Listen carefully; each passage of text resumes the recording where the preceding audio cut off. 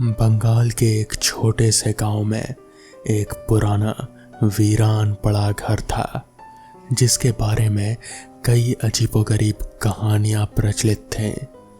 घर की दीवारें ऐसी बेजान नजर आती जिन पर समय की मार साफ झलकती थे।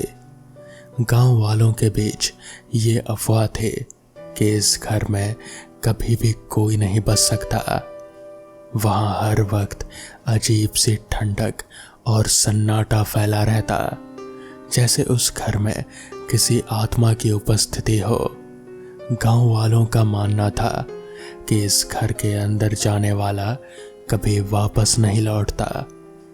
अमोघ एक लंबे अरसे के बाद अपने गांव के उस वीरान पुराने घर में वापस आया था जिसे उसने बरसों पहले छोड़ दिया था।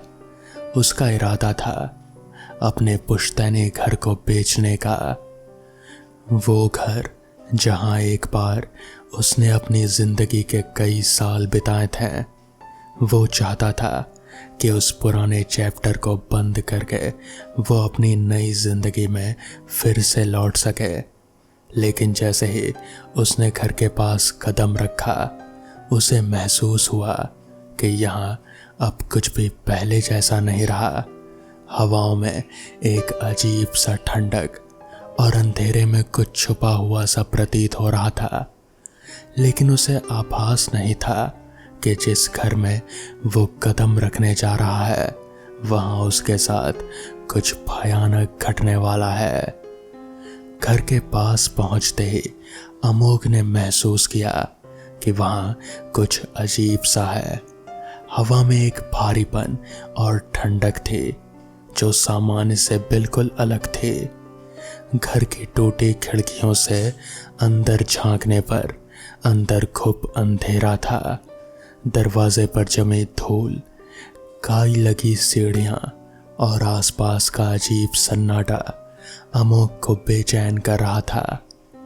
धूल से ढकी हुई सीढ़ियां, झाड़ियों से घिरी दीवारें और टूटी फूटी खिड़कियां, ये सब मानो उस जगह की अतीत की कहानियों को बयां कर रहे थे। अमोघ ने दरवाजे की कुंडी पर हाथ रखा और उसे लगा जैसे दरवाजे के पीछे से किसी की निगाहें उस पर टिकी हुई हों। दरवाजा खोलते ही उसे एक सर्द झोंका महसूस हुआ, जैसे किसी अदृश्य शक्ति ने उसके अंदरूनी भावों को कुरेद दिया हो। उसके कड़वी यादों को पीछे छोड़ने की कोशिश की और अपने कदम घर के भीतर रख दिए, क्योंकि ये वही घर था जहां उसने अपनी पत्नी यशोदा के साथ कई साल बिताए थे। लेकिन आज ये घर उसके लिए अजनबी, डरावना और अंधकार से भरा लग रहा था। दरवाजे को खोलते ही एक सर्द नम हवा का झोंका बाहर की ओर आया, मानो सालों से बंद कमरे की पीड़ा बाहर निकल रही हो। उसने धीमे कदमों से घर के अंदर कदम रखा और हर कोने में उसे ऐसा लगा मानो कोई छाया उसे ही देख रही हो। अंदर घुसते ही उसे एक अजीब सी जलन की महक महसूस हुई। ये महक उसे अपनी पत्नी यशोदा की याद दिला रहे थे, उस यशोदा की जो उस घर में जलकर मर गई थी। उसने महसूस किया कि इस गंध के पीछे सिर्फ यादें ही नहीं, कुछ और भी था। उसकी सांसें भारी हो गईं और उसने उस घटना को याद किया जब वो इस घर को छोड़कर चला गया था, अपनी महत्वाकांक्षाओं के पीछे भागते हुए। उसे याद आया कि उसने यशोदा से वादा किया था कि वो जल्द ही लौटेगा, लेकिन उसे कभी लौटने की ज़रूरत ही महसूस नहीं हुई। और जब यशोदा इस दुनिया से चली गई तो अमोघ ने पीछे मुड़कर भी नहीं देखा। उसे नहीं पता था कि उसके पीछे उसकी पत्नी पर क्या गुजरी। अगले ही पल एक दृश्य उसकी आंखों के सामने उभरने लगा। उसकी पत्नी यशोदा एक सीधी साधी गांव की लड़की थे जो उससे बेहद प्यार करते थे और उसकी हर बात पर आंख मूंद कर विश्वास कर लेते थे। अमोघ ने उसे इस पुश्तैनी घर में बसाया था और वादा किया था कि एक दिन इस घर को छोड़कर वो किसी बेहतर जगह जाएंगे। लेकिन कुछ वक्त बाद अमोघ के मन में पैसे कमाने का लालच जाग उठा। उसने विदेश जाने का मन बना लिया और एक दिन उसने यशोदा को ये कहकर घर में अकेला छोड़ दिया कि वो कुछ दिनों में लौट आएगा। उसने जाते जाते यशोदा से कहा, तुम इस घर में ही रहना, बाहर मत निकलना, मैं जल्द ही बहुत सारा पैसा कमा कर लौटूंगा। यशोदा को यकीन था कि उसका पति जल्द ही वापस आएगा, इसलिए वो उसी दिन से दिन रात बस इंतजार करती रही। अमोघ के जाने के बाद गांव के लोगों ने कई बार यशोदा को अकेलेपन में तड़पते देखा। वो इंतजार करती, दरवाजे की ओर निहारती। हर आहट पर उसके कदम दरवाजे की ओर बढ़ते हैं, लेकिन हर बार वो वापस लौट जाती। समय बीतता गया और अमोघ का कोई पता नहीं चला। कई महीनों बाद भी यशोदा के मन में ये उम्मीद बनी रही कि उसका पति वापस आएगा। उसके दिल में इस कदर अकेलापन और डर भर गया कि वो बाहर कदम तक नहीं रखते थे। धीरे धीरे यशोदा के मन में अकेलापन की काली छाया गहराने लगी। एक अंधेरी रात जब तूफान तेज था और बिजली के कड़क से घर की खिड़कियां थर्रा रहे थे, अचानक घर में शॉर्ट सर्किट हुआ। बिजली की चिंगारियां दीवारों से फैलने लगी और देखते ही देखते आग भड़क उठी। यशोदा उस कमरे में फंस गई जहां वो अमोघ का इंतजार कर रहे थे। उसकी चीखें पूरे गांव में गूंज उठी, लेकिन किसी ने भी उसकी मदद के लिए घर में जाने की हिम्मत नहीं की। कुछ देर बाद जब गांव वाले आग बुझाने पहुंचे तो उन्हें यशोदा का जला हुआ शरीर उस कमरे के बीचों बीच पड़ा मिला। उसका चेहरा बुरी तरह झुलस गया था, लेकिन उसकी आंखें अभी भी खुली थी, मानो वो अपने पति की राह देख रही हो।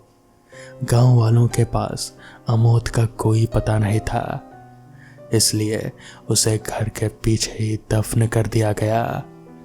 तभी सारा दृश्य उसकी आंखों से ओझल हो गया। अब वो खुद को कमरे की ओर बढ़ने से रोक नहीं पाया। जैसे जैसे वो घर के अंदर बढ़ता गया, उसे महसूस हुआ कि उसके हर कदम पर घर के कोने से हल्की हल्की सिसकियां सुनाई दे रहे थे। वो आवाजें अस्पष्ट थे पर अजनबी नहीं लगी, लेकिन उन कमरे में पीड़ा और आक्रोश की गूंज थे। अमोघ ने घर के जिस कमरे से आती हल्की हल्की सिसकियां सुनी, वो कदमों से उस आवाज का पीछा करते हुए उस कमरे की ओर बढ़ा। ये वही कमरा था जहां एक समय यशोदा उसका इंतजार करते थे। उन सिसकियों के बीच उसने एक जाना पहचाना नाम सुना, अमोघ। ये आवाज उसकी रगों में ठंडक का एहसास करा रहे थे, मानो उसकी आत्मा तक पहुंच रही हो। कमरा धुंधला सा था और अब धूल और धुएं से भरा हुआ था, जैसे किसी ने उसे बहुत समय से छुआ ना हो। तभी उसे दीवार पर एक बड़ा काला धब्बा दिखाई दिया, मानो वहां कभी कोई भयानक हादसा हुआ हो। जैसे ही उसने हाथ बढ़ाकर उस निशान को छुआ, अचानक एक झटका सा महसूस हुआ। वो शायद आग लगने के निशान थे और तभी कमरे का दरवाजा अपने आप बंद हो गया। वो डर से कांप उठा। वो दौड़कर दरवाजे को खोलने की कोशिश करने लगा, लेकिन दरवाजा हिल भी नहीं रहा था।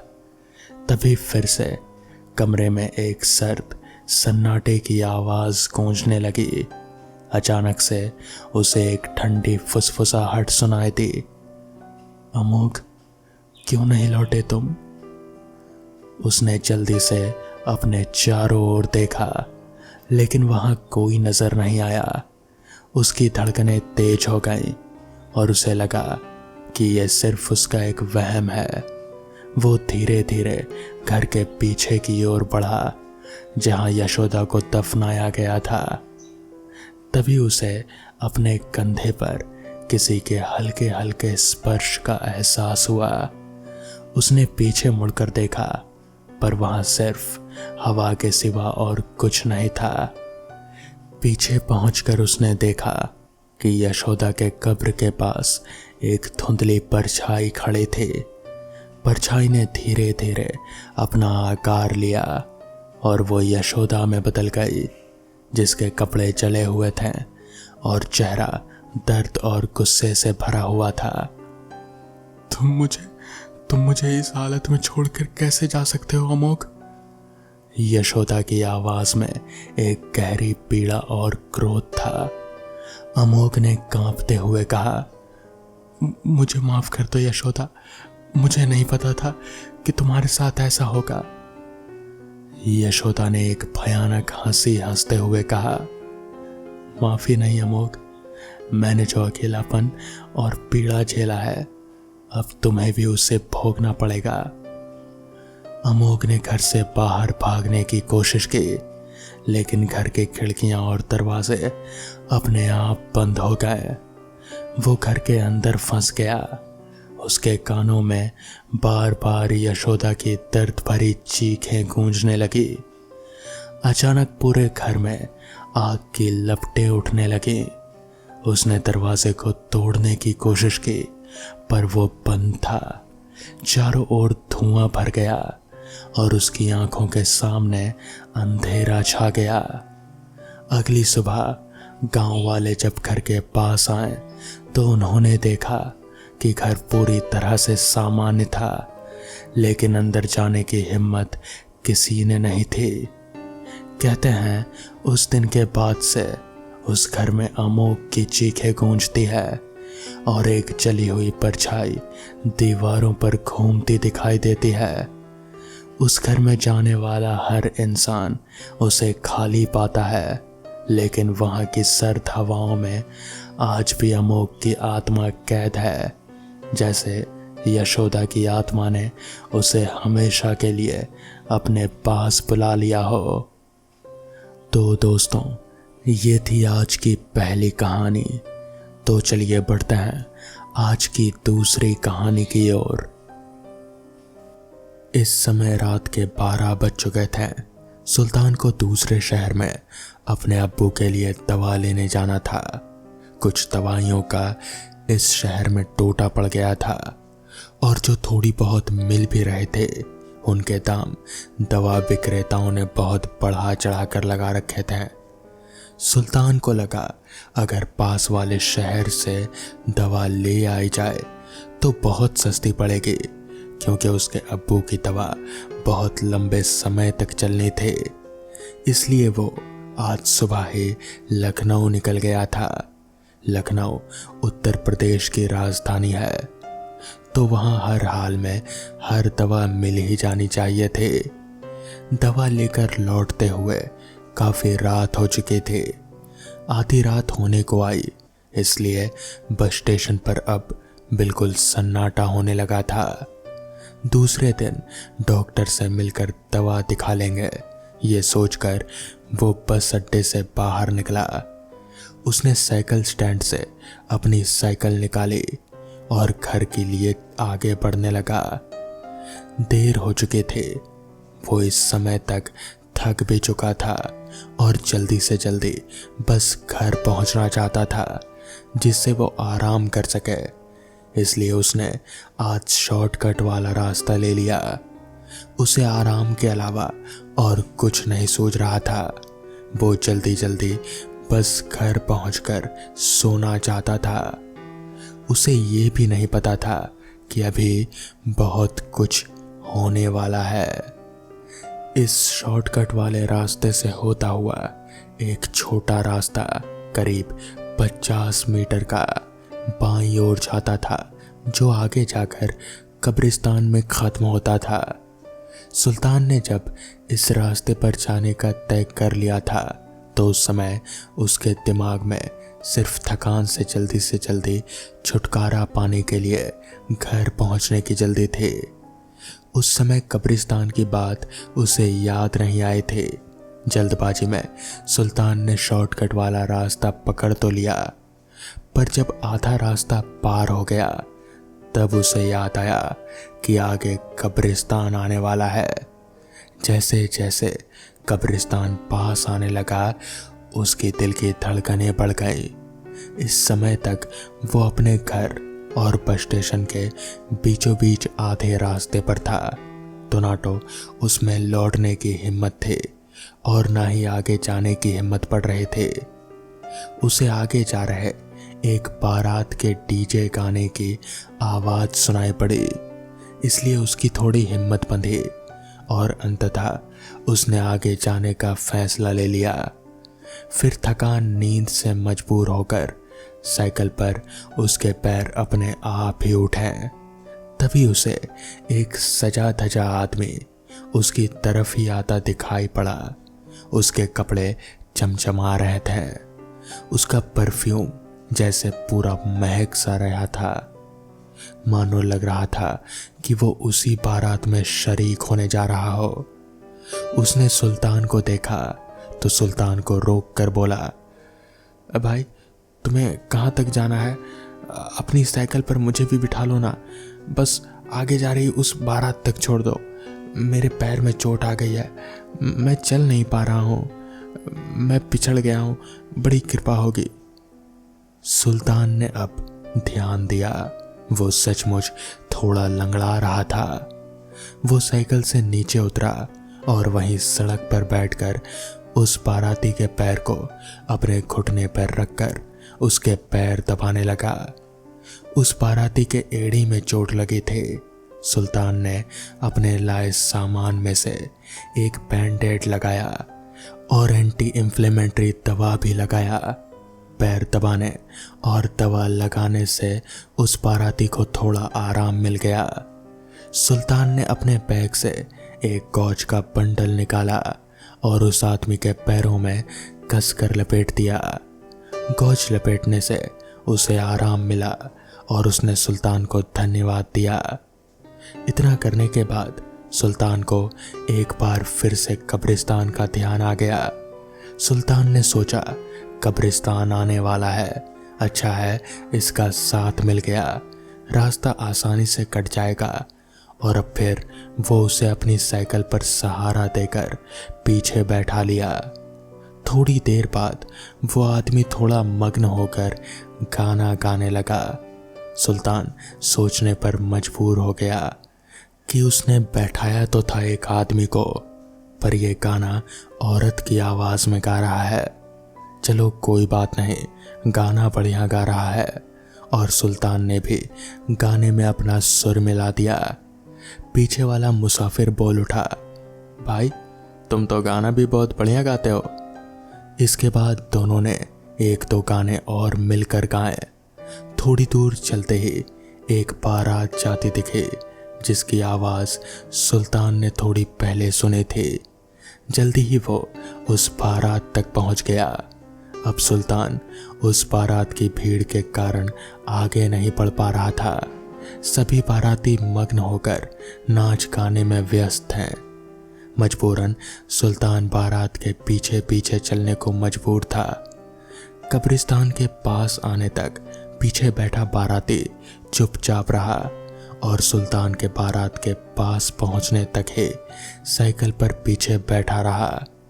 वो बाराती अब साइकिल से उतर चुका था और सुल्तान से बोला, सुल्तान भैया आपका बड़ा धन्यवाद, आपने मेरे पैर का इलाज कर दिया और मुझे बारात तक भी पहुंचा दिया। फिलहाल ये मेरी निशानी रखिए, शायद इसकी ज़रूरत पड़ने वाली हो। अरे कैसी ज़रूरत? देख लेना, ज़रूरत का क्या, कभी भी पड़ सकती है। मुझे आपकी मदद करके खुशी मिलेगी। मदद? कैसी मदद?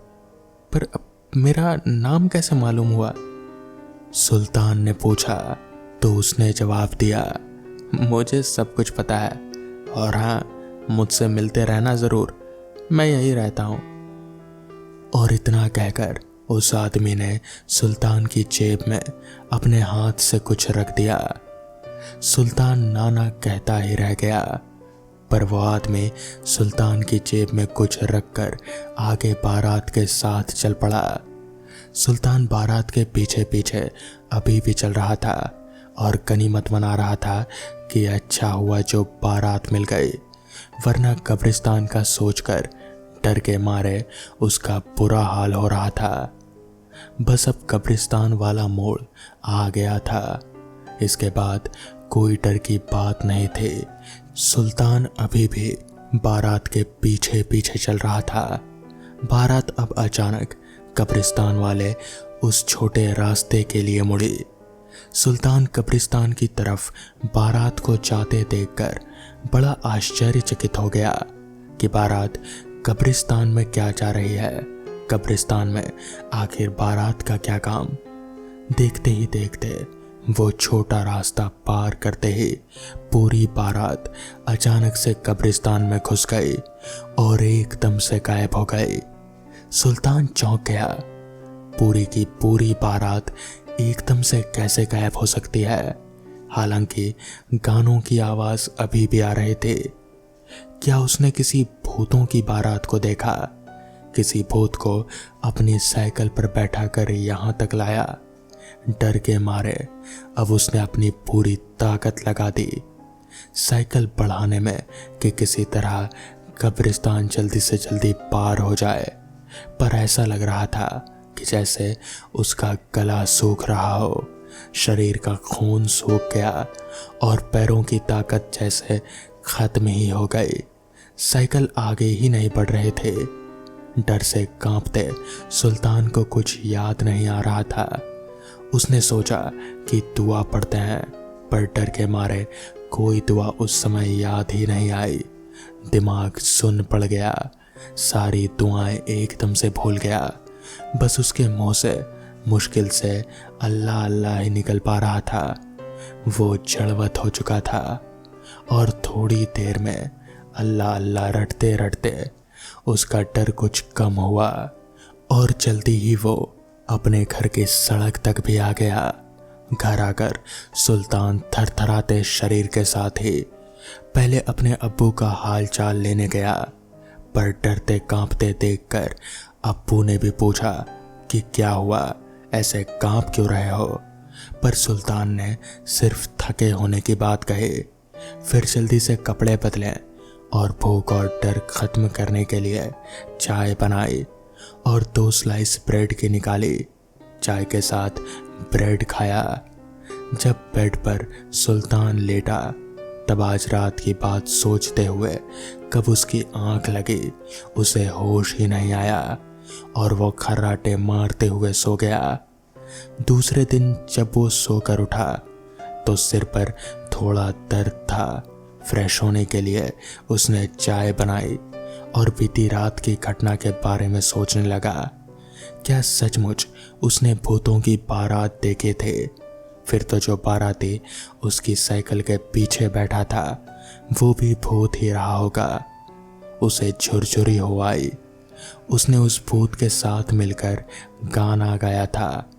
फिर उस भूत ने जाते जाते अपनी निशानी के तौर पर उसकी जेब में कुछ रखा था।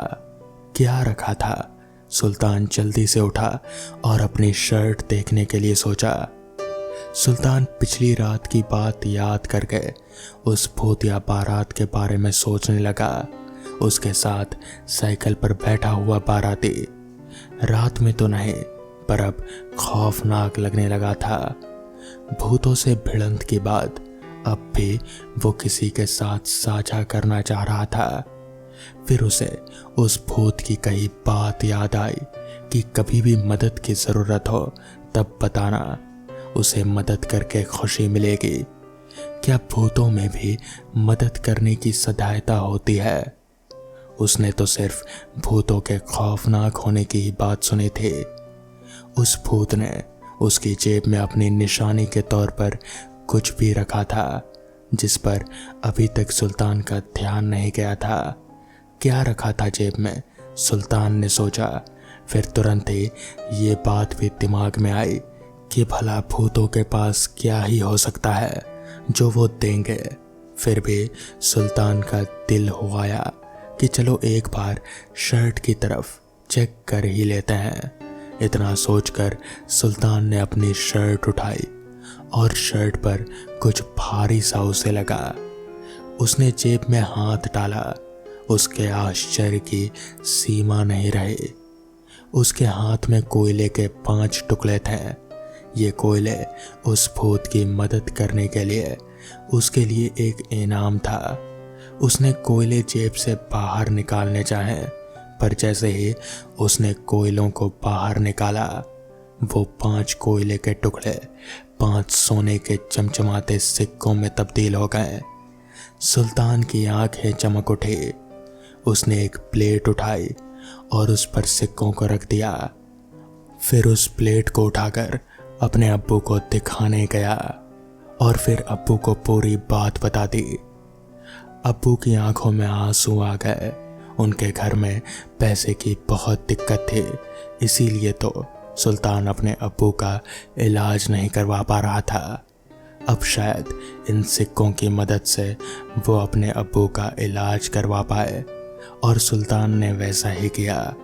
कुछ ही महीनों में उसके अब्बू बिल्कुल सही हो गए और फिर सुल्तान ने मन ही मन उस भूत वाले बाराती का शुक्रिया अदा किया।